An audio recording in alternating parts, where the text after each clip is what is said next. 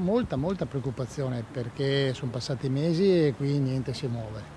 Noi dovremmo fare squadra con la Regione, lavorare tutti assieme per trovare soluzioni per i lavoratori e per il servizio che danno quei lavoratori. Avete visto tutte le condizioni dell'RSA, non solo nel Veneto, ma anche in altre parti d'Italia. Erano state promesse premialità, non abbiamo visto nulla, era stato promesso un tavolo, non abbiamo visto nulla. Io credo che non si possa gestire così, nell'interesse dei lavoratori che devono essere tutelati. Presidio dei sindacati davanti alla sede della Protezione Civile di Marghera per chiedere alla Regione un confronto stabile, che sostengono non esserci stato, e trovare soluzioni sui lavoratori delle strutture per anziani.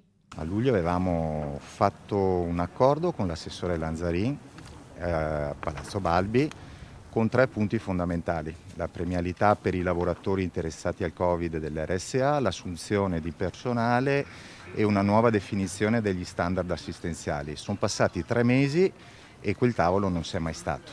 Il problema degli organici, soprattutto nell'RSA, è un problema che parte da lontano, sia per quanto riguarda il problema degli infermieri, ma anche per il personale OSS, e oggi con le assunzioni che sono state fatte in sanità ovviamente ha contribuito a ridurre ancora di più la presenza di queste figure. In più poi l'alto numero di contagi sta diventando veramente una tragedia all'interno di queste strutture. Chiediamo al tavolo di mettere in atto delle azioni urgenti per coprire la situazione dell'urgenza della pandemia, ma poi pensare anche a lungo termine perché poi queste situazioni non si debbano ripresentare. Immediata la risposta dell'assessore Lanzarin. Stiamo veramente cercando di trovare tutte le soluzioni possibili, stiamo cercando di coinvolgere appieno il sistema sanitario, quindi i direttori generali su questo sono sul pezzo insieme ai loro direttori sanitari e sociosanitari.